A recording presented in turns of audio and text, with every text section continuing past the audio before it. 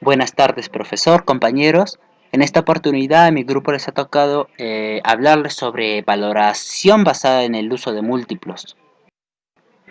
El método de los múltiplos de cotización consiste en valorar una empresa con objeto de hallar su valor de mercado, por analogía, con el valor de mercado de otras compañías comparables. Esta metodología permite determinar el valor de empresas no cotizadas en bolsa, y en el caso de que la empresa objeto de valoración sea cotizada, el método ayudará a detectar si el mercado está sobre o infravalorado en el valor en cuestión. Para poder hallar el valor de la empresa objetivo será necesario seguir una serie de pasos que se resumen a continuación. Por ejemplo, el análisis de la empresa objetivo, el análisis y selección de las compañías comparables, cálculo y selección de los múltiplos de cotización, aplicación de los resultados a la empresa objetivo, la cual es la selección de un rango de valoración para la empresa objetivo. Comenzamos con el análisis de la empresa objetivo, la cual es el primer caso, ¿no? Que consiste en realizar un estudio de la empresa objetivo. Ello resulta imprescindible para tener un mejor criterio a la hora de valorar los resultados obtenidos. ¿No? Debemos tomar en cuenta los siguientes puntos para el análisis de la empresa objetivo, como la actividad que va a desarrollar, su nacionalidad, business mix, que es un término en inglés que significa una mezcla de negocios, la cual va a traer a la compañía una mezcla valiosa de experiencia de negocios en diversas industrias. Luego, como siguiente punto, es la historia de la compañía, características del sector, o sea, se refiere a los proveedores, a los clientes, a los competidores, al marco legal, al posicionamiento dentro del sector, etc. Tenemos países y mercados en la que opera. La estructura de la propiedad, o sea, el accionariado. El accionariado se refiere más que todo que es el conjunto de personas o empresas que tienen acciones de una sociedad. También análisis de los datos de mercado en caso de ser cotizada. Como siguiente punto tenemos análisis de los estados financieros de los últimos 3 años. Luego tenemos estructura de la organización. Luego tenemos evaluación de la dirección. Tenemos políticas de las empresas, o sea, que se refiere que es a nivel estratégico, financiero, de recursos humanos, etc. Tenemos participaciones en otras empresas, alianzas o estrategias, ¿no? etc. Como siguiente punto, tenemos el análisis de selección de las compañías comparables, ¿no? Esta selección de las compañías comparables es uno de los aspectos claves de esta metodología. Todo estudio posterior puede verse distorsionado o carecer de sentido si no seleccionan las empresas más adecuadas. A continuación vamos a detallar por orden de importancia los factores que deberían cumplir estas empresas en relación con la empresa objetivo para poder incluirlas en el análisis. Como primer punto tenemos que deben ser compañías cotizadas en bolsa. Deben realizar la misma actividad que la empresa objetivo. Deben tener un mismo mix de negocio o productos. Deben ser de un mismo país o región y operar en una misma zona geográfica. Tener un mismo tamaño similar. O sea que no es aconsejable tomar como comparables a una empresa con un volumen de ventas o unos beneficios inferiores a un 50% al que al de la empresa objetivo. Tenemos que tener unas mismas perspectivas de crecimiento o de beneficios. Tener un equipo de dirección de categoría similar. Tener una rentabilidad similar. Tener una posición competitiva similar. Y tener una estructura y volumen de gastos de I más D, que significa investigación más desarrollo, y marketing similares. De los ratios más utilizados en la práctica son beneficio neto, que es igual a beneficio de impuestos, BAIT, que es el beneficio antes de intereses e impuestos, igual a EBIT, BAIT, que es el beneficio antes de amortizaciones, intereses e impuestos, que es igual al EBITDA, cash flow operativo, valor en libros, que es el importe neto por el que un activo o un pasivo se encuentra registrado en el balance una vez deducida. Valor del capital es lo que cotiza en bolsa con efecto de dilución. Valor de la empresa, que es el valor de la empresa igual a capitalización bursátil más valor de mercado de sus deudas, menos dinero en caja y equivalentes. Deuda neta, deuda a corto plazo más deuda a largo plazo, más leasing financiero, menos caja, menos activos líquidos. Recursos permanentes, deuda más intereses minoritarios y más pasivo a largo plazo, más capital social, más reservas, más acciones permanentes. El DPA, que es el dividendo por acción, el PER, que es el precio por acción o beneficio por acción. Los ratios más son el PER, que es la capitalización bursátil sobre beneficio neto, precio por acción sobre BPA, que es el beneficio neto por acción. Aplicando este ratio se obtiene el valor del capital de la empresa. Para estimar el valor de toda la empresa, se ha de sumar el valor de la deuda neta.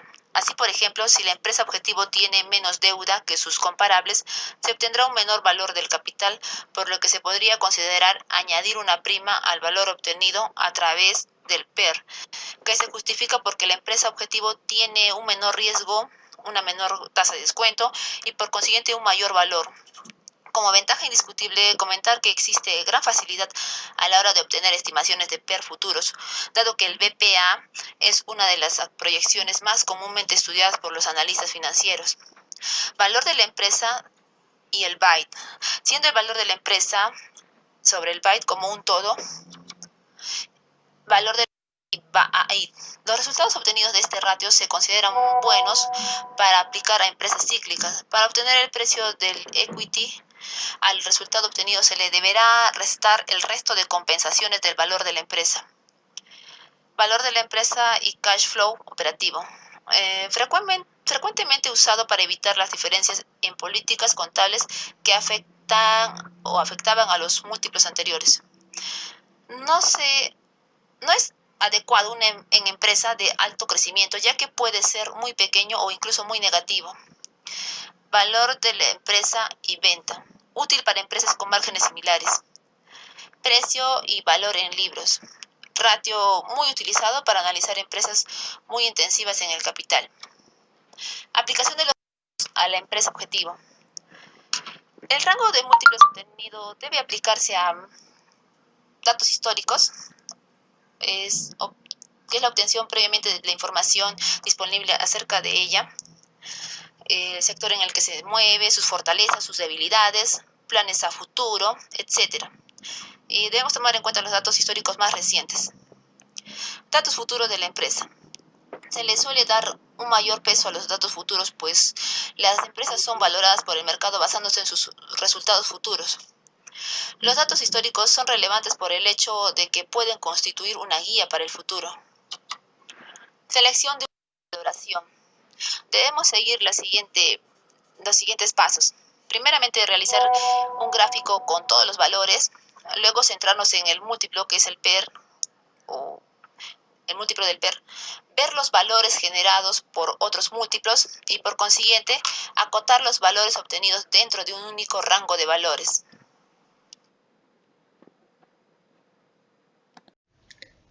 Antes de proceder a realizar el ejercicio de valoración de empresas basada en múltiplos, voy a explicar el indicador EBITDA, ya que este indicador va a ser usado. EBITDA se denomina así por su acrónimo en inglés, pero en español significa la utilidad neta antes de intereses, impuestos, depreciaciones y amortizaciones. Por ello, vamos a encontrar cómo hallamos esto en este estado de resultados. Vamos a usar la utilidad bruta, que se obtiene con la diferencia de los ingresos y los costos. También vamos a usar los gastos administrativos, que son la suma de los gastos del personal, arrendatarios, impuestos, depreciaciones, amortizaciones, otros gastos administrativos. También vamos a usar los gastos de ventas, que son la suma de los gastos del personal, honorarios, impuestos, arrendamientos y otros gastos de ventas. Luego también la utilidad operativa, que es el resultado de restarle a la utilidad bruta, los gastos administrativos y los gastos de ventas.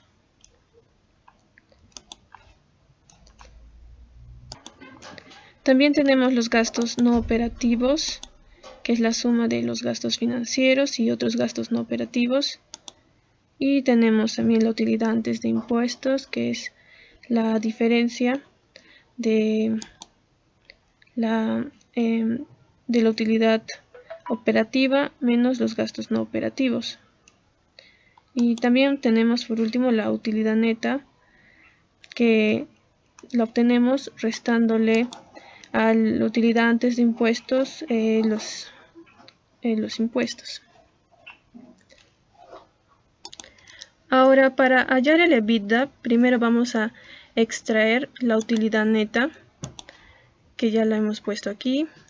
También los intereses, que lo vamos a extraer de los gastos financieros, que están aquí. Ya se encuentra dentro de los gastos financieros, ya que incluye los intereses que ha pagado la empresa. Luego también los impuestos. Los impuestos de renta que tiene la empresa por las utilidades. También hemos incluido las depreciaciones que están acá,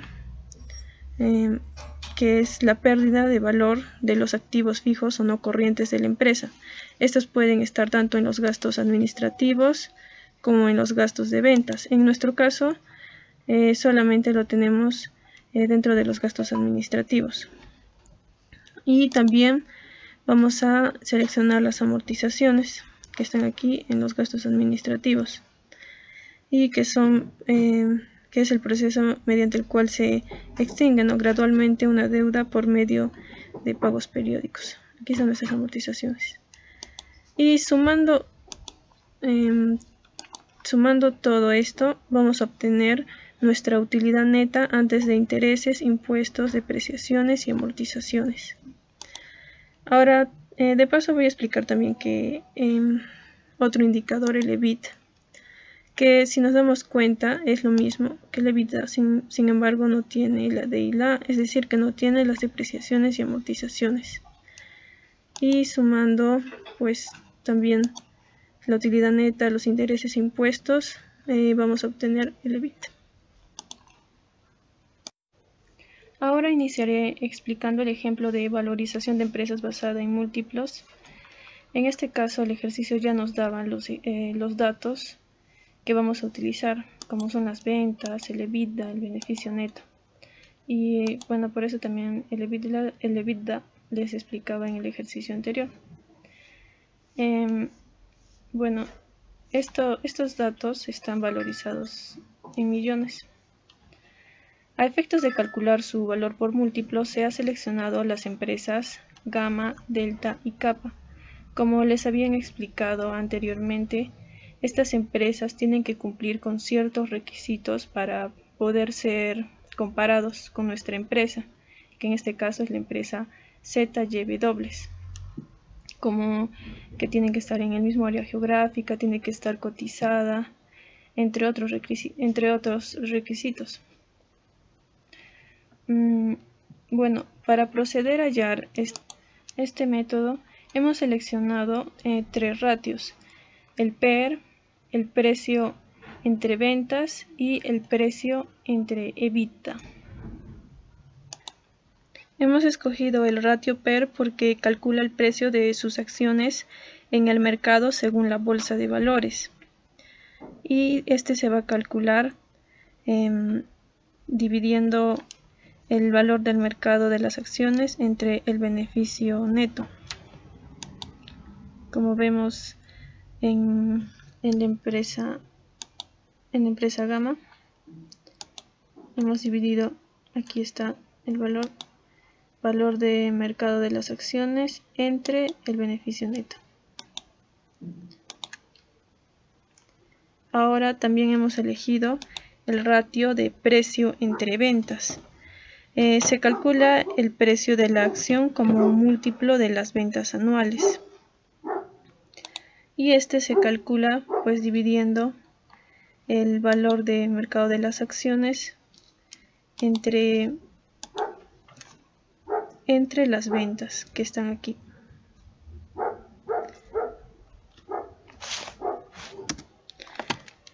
Ahora el precio entre EBITDA, este es otro ratio. Este nos permite conocer la estructura financiera de la empresa. Es un indicador fiable de cómo es de buena la empresa en sus actividades de explotación. Y esta considera que el precio se obtiene como una relación con una magnitud de la cuenta de resultados. Recordemos que el EBITDA es la utilidad neta antes de intereses, depreciación y amortización. Y como vemos, se halla dividiendo el precio entre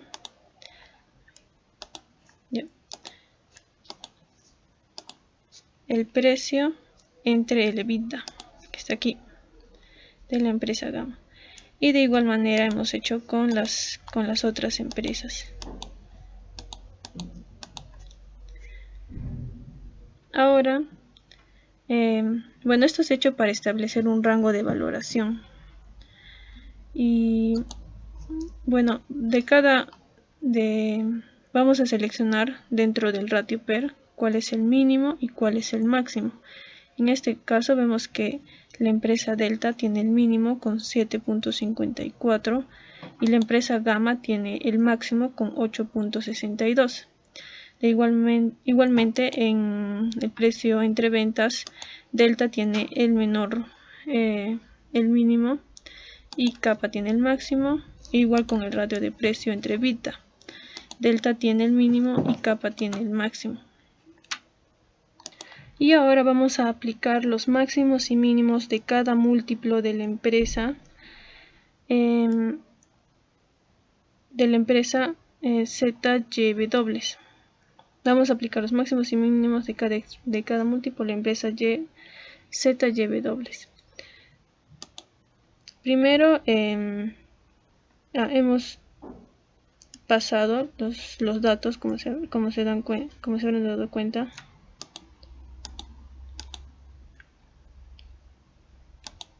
Pero multiplicándolos por los datos de la empresa que están en la parte de arriba. El mínimo con en lo que es PER se ha multiplicado con el beneficio neto de la empresa ZYW.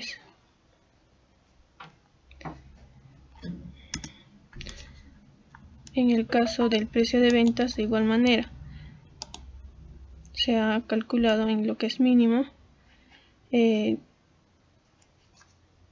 ha multiplicado este valor con las ventas de la empresa ZYW.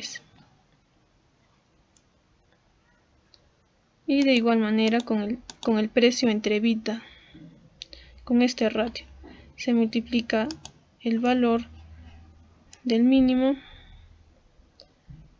con el EBITDA de nuestra empresa. Y se hace lo mismo con los valores máximos, ¿no?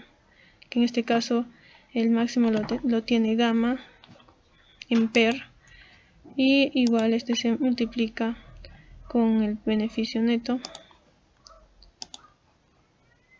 igual se multiplica el ratio, que el ratio máximo que lo tiene Kappa por las ventas de la empresa ZYW, y igualmente el ratio de precio entre EBITDA. Ahora finalmente, después de haber aplicado los múltiplos, vamos a seleccionar dentro de estos valores cuál es el mínimo y cuál es el máximo. Dentro de los mínimos, pues el más mínimo es el PER, el valor de 2.376.12 millones, y en el caso del valor máximo es 2.775.76 millones. Y bueno, finalmente este rango que tenemos aquí nos referencia el valor de la empresa. Gracias. Continuando con la exposición, vamos a hablarles ahora sobre otros métodos de valoración, que son métodos basados en contabilidad.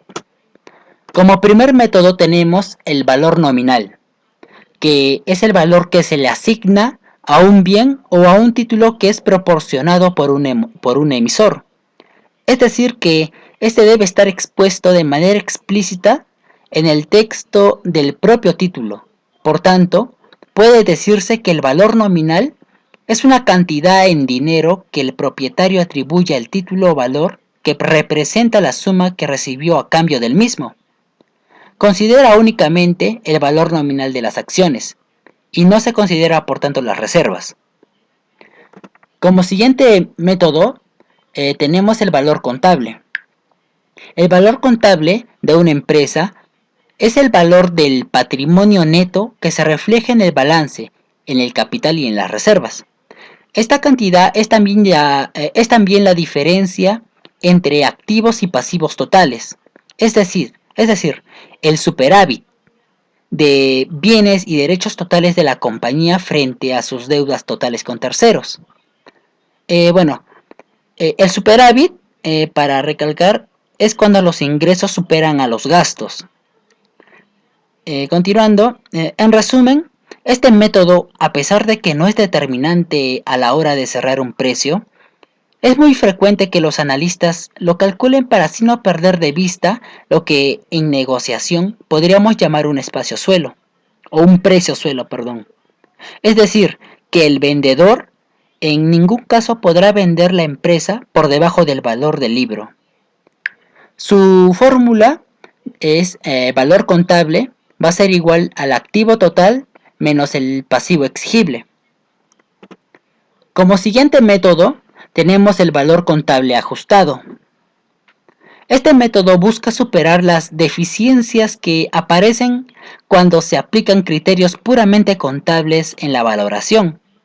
Cuando los valores de los activos y pasivos se ajustan a su valor de mercado, se obtiene el valor neto ajustado. De todos modos, y a pesar de que este método da un paso más allá del anterior, que es el valor contable o llamado también valor de libro, bien es cierto que aún sigue reflejando tan solo los pasivos y activos tangibles de la empresa. Su fórmula es valor contable ajustado, va a ser igual al activo contable menos el pasivo exigible.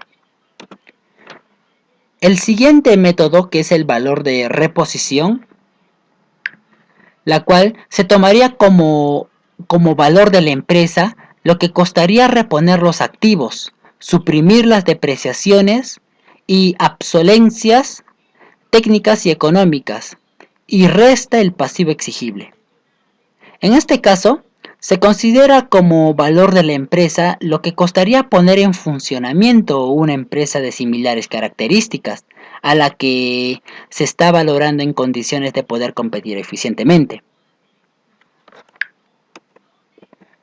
Como siguiente método tenemos el valor de liquidación, el valor en liquidación, la cual este valor es el valor de la empresa en caso de que se proceda a su liquidación. Por tanto, la venta de sus activos y a la vez afrontar los pagos de sus deudas. Este valor se calcula mediante la la deducción de los gastos que la empresa debe afrontar en un supuesto escenario de liquidación. Se incluyen pagos por despidos a los empleados, los gastos de impuestos y otros gastos típicos de la liquidación.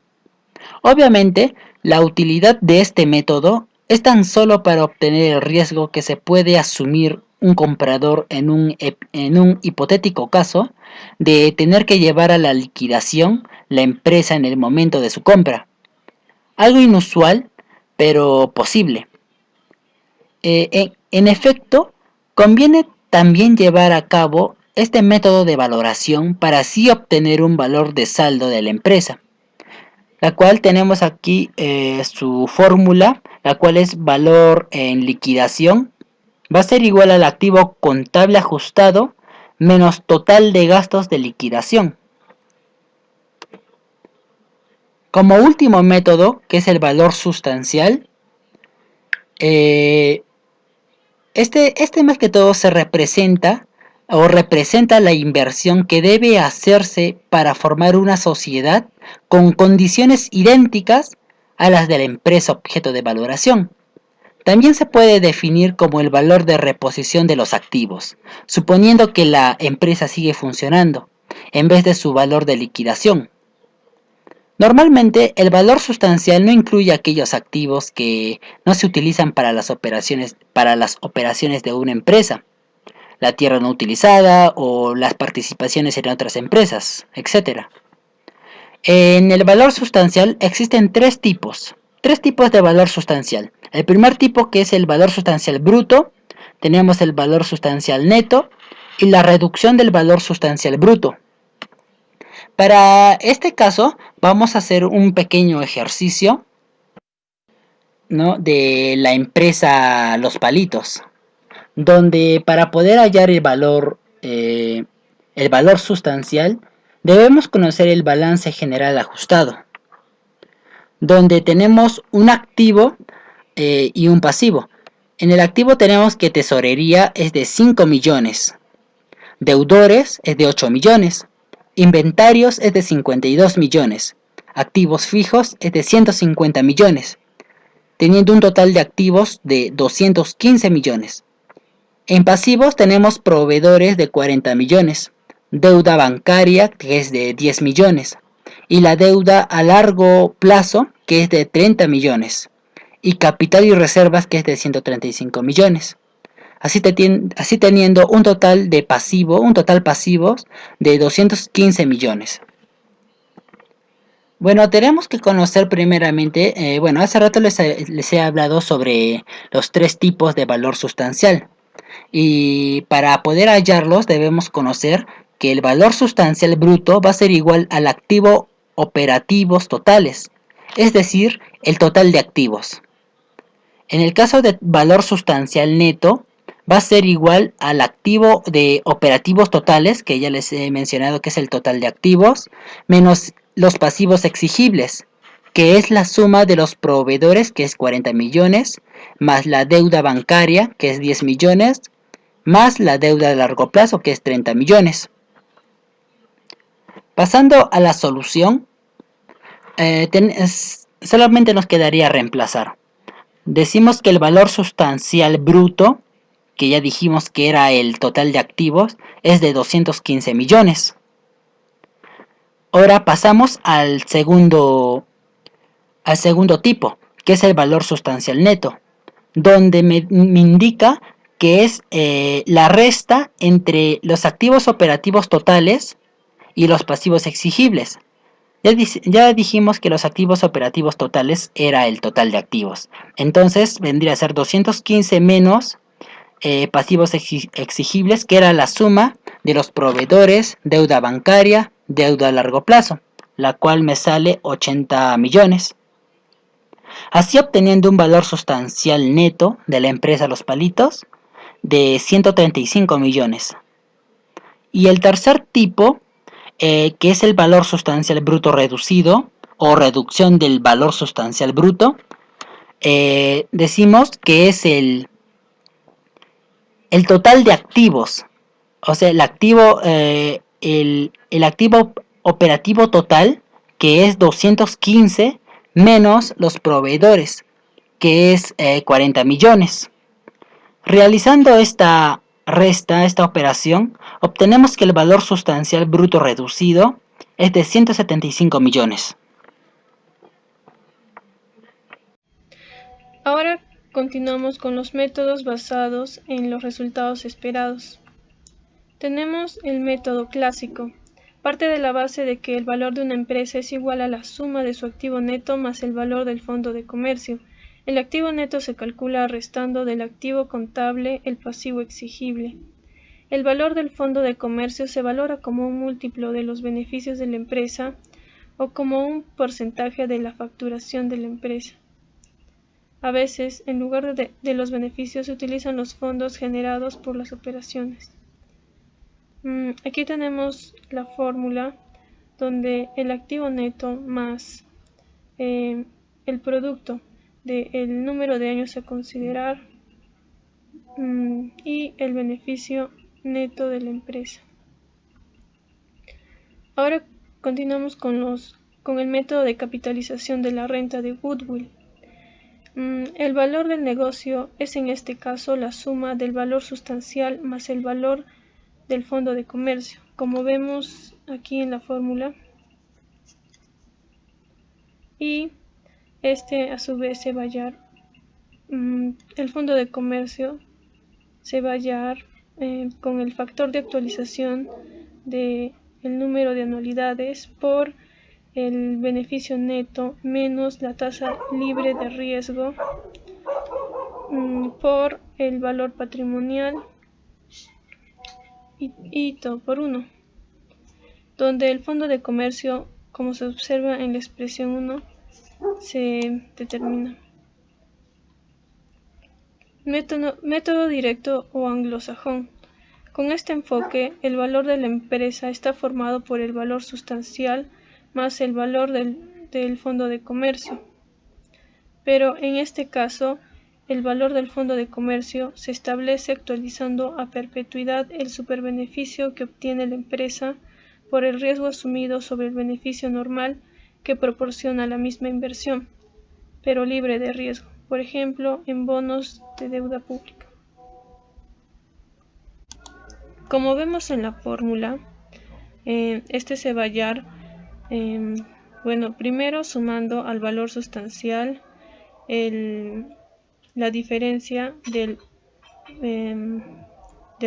beneficio neto menos el interés libre de riesgo, que este viene a ser un concepto teórico que asume que en la economía existe una alternativa de inversión que no tiene riesgo para el inversionista, y esto multiplicado por el valor sustancial, y luego al final todo lo vamos a dividir entre la tasa de actualización.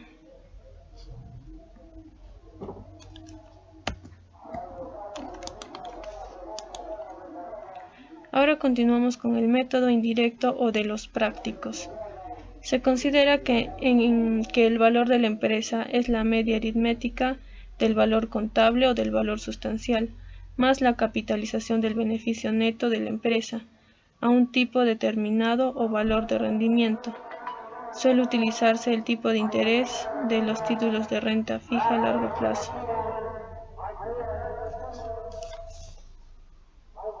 Acá tenemos un ejemplo. Aquí está la fórmula. Y A vendría a ser el valor patrimonial, B vendría a ser el beneficio neto, R sub F vendría a ser la tasa libre de riesgo y todo dividido entre 2. Si reemplazamos estos valores, el valor patrimonial, el beneficio neto, entre la tasa libre de riesgo, todo entre 2, nos saldría 283,33. Gracias.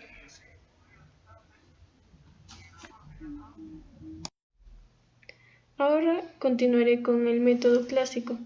como había mencionado, la fórmula es la suma del activo neto con el producto del número de años a considerar para la amortización por el beneficio neto. Y la información la vamos a extraer de este balance de situación. Nuestro activo neto es de 36.835, que vamos a sumar con los años de amortización, que es 5, y con el beneficio neto, que es 8.835. Por este se va a multiplicar los años de amortización y como resultado nos da 81.010, que es el valor de la empresa según el método clásico. Ahora desarrollaré el método indirecto o de los prácticos.